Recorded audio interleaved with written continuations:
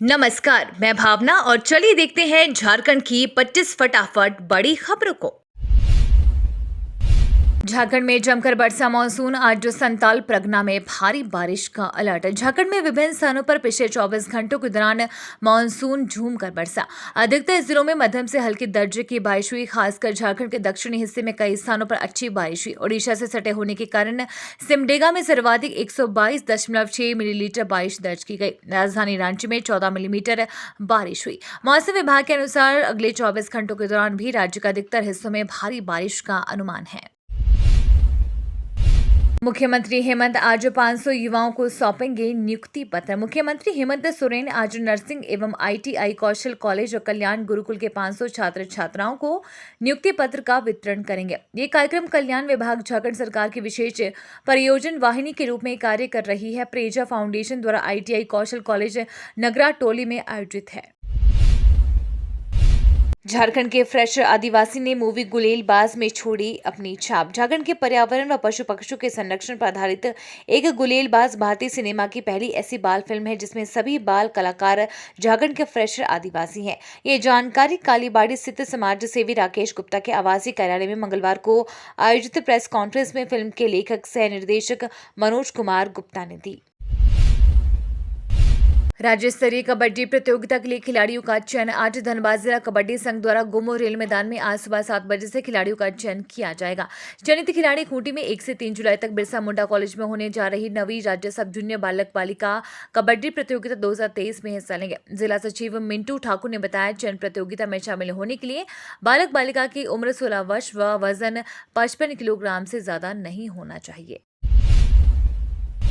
बिरसा मुंडा केंद्रीय कारा के अधीक्षक और जेलर से ईडी 30 जून को करेगी पूछताछ। बिरसा मुंडा केंद्रीय कारा के अधीक्षक हामिद अख्तर और जेलर से प्रवर्तन निदेशालय 30 जून को पूछताछ करेगी। ईडी के द्वारा मंगलवार को दोनों को नए सिरे से समन जारी कर 30 जून को ईडी के रांची जोनल ऑफिस में उपस्थित होने को कहा है। ईडी जेल अधीक्षक हामिद अख्तर और जेलर से जानना चाहेगी कि आखिर उन्होंने कौन से जेल मैनुअल और नियम के तहत जेल में बंद एक कैदी निलंबित आईएएस छवि रंजन की दूसरे कैदी प्रेम प्रकाश से मुलाकात कराई।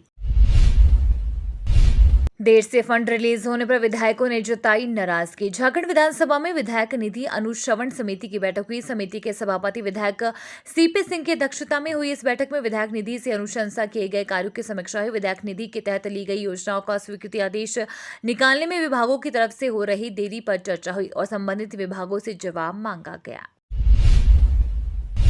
झारखंड के कैबिनेट बैठक में 43 प्रस्तावों को मिली स्वीकृति। झारखंड कैबिनेट की हुई बैठक में 43 प्रस्तावों को स्वीकृति प्रदान की गई है। पारित प्रस्तावों में अहम फैसले लेते हुए राज्य सरकार ने राज्य के उत्क्रमित माध्यमिक विद्यालयों में नियुक्ति के लिए पद सृजित की हैं। राज्य में ऐसे 189 उत्क्रमित माध्यमिक विद्यालय हैं जहां नियुक्ति के लिए 4069 पद सृजित किए गए हैं। रांची से पहली यात्रा पर निकली वंदे भारत ट्रेन। रांची पटना वंदे भारत ट्रेन को प्रधानमंत्री नरेंद्र मोदी वीडियो कॉन्फ्रेंसिंग के जरिए हरी झंडी दिखाई। कार्यक्रम का आयोजन रांची में किया गया। जानकारी के मुताबिक पीएम मोदी ने बीते सुबह 10:30 बजे ट्रेन को हरी झंडी दिखाई, जिसके बाद ट्रेन पटना के लिए रवाना हुई। बता दें कि कार्यक्रम को लेकर झारखंड राज्यपाल CP Radhakrishnan Ranchi railway station पहुंचे थे। झारखंड कैबिनेट की मंजूरी के बाद नामकुम में बनेगा super speciality hospital. Jharkhand cabinet की बैठक में सोमवार को कई महत्वपूर्ण फैसले लिए गए। इनमें रांची के नामकुम स्थित कल्याणपुर में 2.75 एकड़ भूमि पर सुपर स्पेशलिटी पीपीपी मोड पर अस्पताल बनाने का प्रस्ताव मंजूर लिया गया है।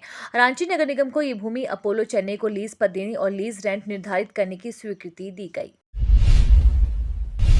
ट्रिपल टेस्ट के बाद शहरी स्थानीय निकाय में पिछड़ा वर्ग को मिलेगा आरक्षण। सोमवार को हेमंत सोरेन कैबिनेट ने शहरी स्थानीय निकायों में पिछड़े वर्गों को आरक्षण प्रदान करने के लिए ट्रिपल टेस्ट सर्वेक्षण करने के लिए एक आयोग की स्थापना को मंजूरी दे दी है। ट्रिपल टेस्ट में सरकार को स्थानीय निकायों में अन्य पिछड़ा वर्ग के लिए आरक्षण को अंतिम रूप देने के लिए सुप्रीम कोर्ट द्वारा निर्धारित 3 कामों को पूरा करने की आवश्यकता होती है। झारखंड की कैबिनेट सचिव वंदना डारडेल ने मुख्यमंत्री की अध्यक्षता में हुई कैबिनेट की बैठक के बाद संवाददाताओं से कहा कि कैबिनेट ने शहरी स्थानीय निकायों में पिछड़ा वर्गों को आरक्षण देने के लिए सर्वेक्षण करने के लिए एक समर्पित आयोग को अधिसूचित करने के शहरी विकास विभाग के प्रस्तावों को मंजूरी दे दी है।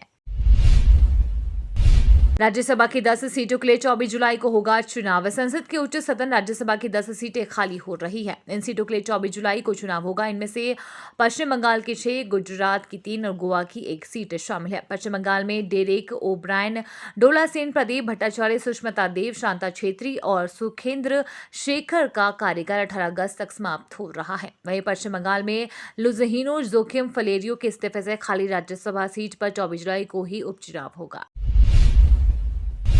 समान नागरिक संहिता पर पीएम मोदी का बड़ा बयान। पीएम मोदी ने यूनिफॉर्म सिविल कोड पर बड़ा बयान दिया है। पीएम मोदी ने कहा कि दोहरी व्यवस्था से देश कैसे चलेगा। पीएम मोदी ने कहा कि सुप्रीम कोर्ट ने बार बार कहा कि समान नागरिक संहिता बनाओ। पीएम मोदी ने पसमानदा मुसलमानों पर भी बड़ा बयान दिया। पीएम ने कहा कि राजनीति ने पसमानदा मुसलमानों का जीना मुश्किल कर दिया है। पीएम ने कहा कि कुछ लोग मुस्लिमों को भड़काने का प्रयास कर रहे हैं।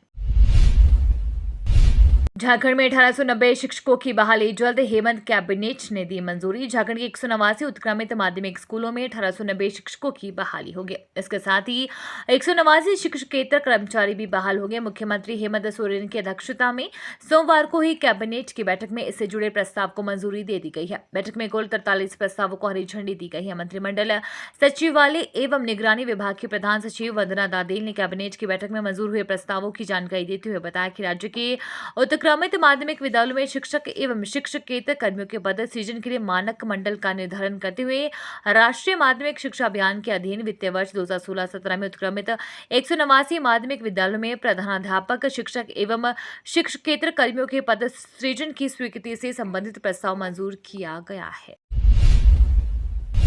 झारखंड में कांग्रेस के भीतर बड़ी सियासी हलचल से दिल्ली में नेताओं का जमावड़ा। लोकसभा चुनाव 2024 को लेकर कांग्रेस के भीतर सरगर्मी लगातार बढ़ रही है। कांग्रेस के प्रदेश अध्यक्ष राजेश ठाकुर पिछले 3 दिनों से दिल्ली में हैं। उनके अलावा कई और नेता भी दिल्ली पहुंचे हैं। प्रदेश प्रभारी अविनाश पांडे ने पार्टी के नेताओं से लोकसभा चुनाव को लेकर फीडबैक लिया। वहीं प्रदेश कांग्रेस अध्यक्ष राजेश ठाकुर ने प्रदेश प्रभारी को राज्य में लोकसभा चुनाव को लेकर संगठन की तैयारियों के संबंध में अपनी रिपोर्ट सौंपी, जिससे प्रदेश में बूथ स्तर की तैयारियों का भी जिक्र है। वनडे वर्ल्ड कप के शेड्यूल पर आया हिटमैन रोहित शर्मा का रिएक्शन। क्रिकेट के सबसे बड़े महाकुंभ यानी आईसीसी 2023 वनडे वर्ल्ड कप के शेड्यूल का ऐलान हो चुका है। टूर्नामेंट का पहला मैच डिफेंडिंग चैंपियन इंग्लैंड और उपविजेता न्यूजीलैंड के बीच खेला जाएगा। वहीं टीम इंडिया अपना पहला मैच ऑस्ट्रेलिया के खिलाफ 8 अक्टूबर को चेन्नई में खेलेगी। इस बीच 2023 वनडे वर्ल्ड कप के शेड्यूल पर भारतीय कप्तान रोहित शर्मा का रिएक्शन आया है। रोहित शर्मा ने कहा, घरेलू मैदान पर विश्व कप खेलना एक शानदार अनुभव होगा।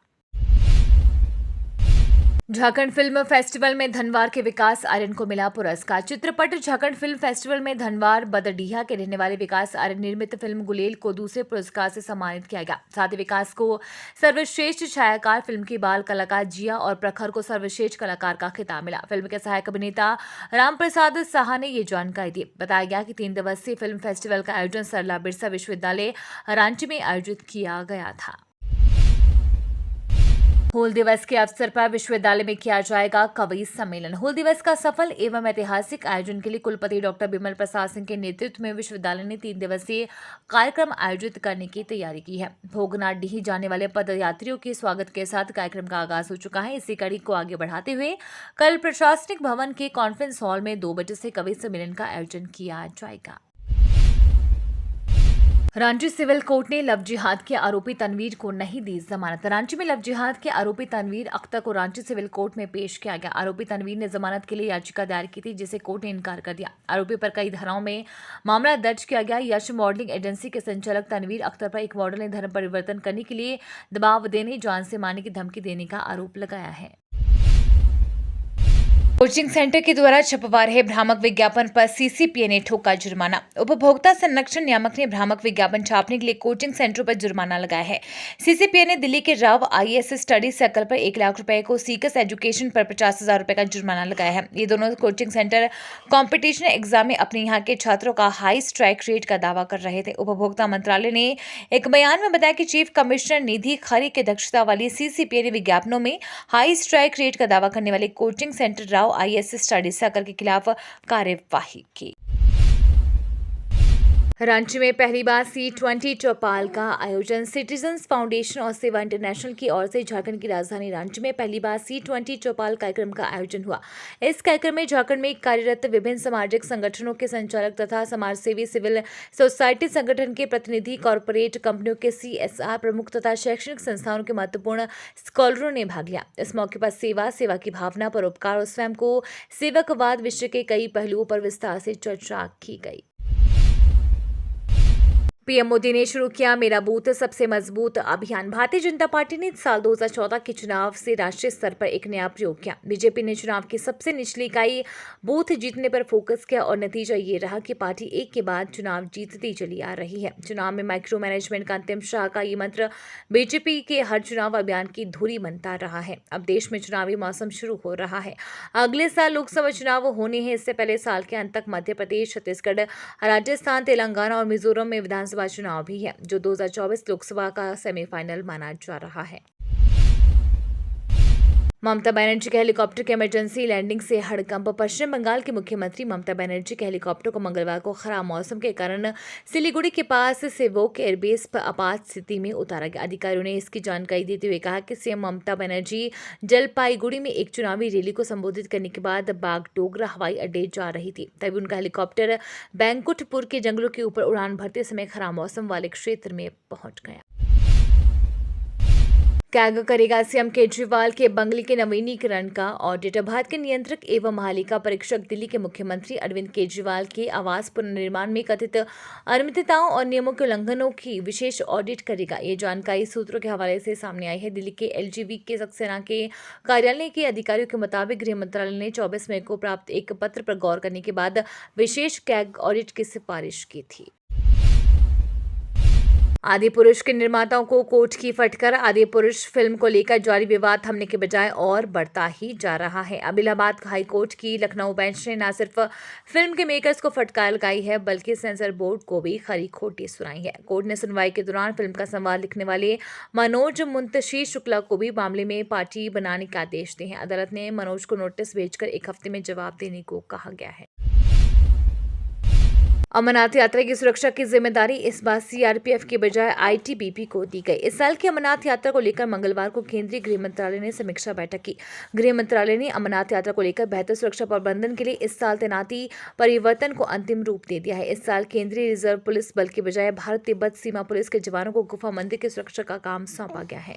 ये तो थी आज की बड़ी खबरें। अपने गांव या शहर की न्यूज देखने के लिए हमें कमेंट्स में जरूर बताएं कि आप न्यूज को कहां से देख रहे हैं।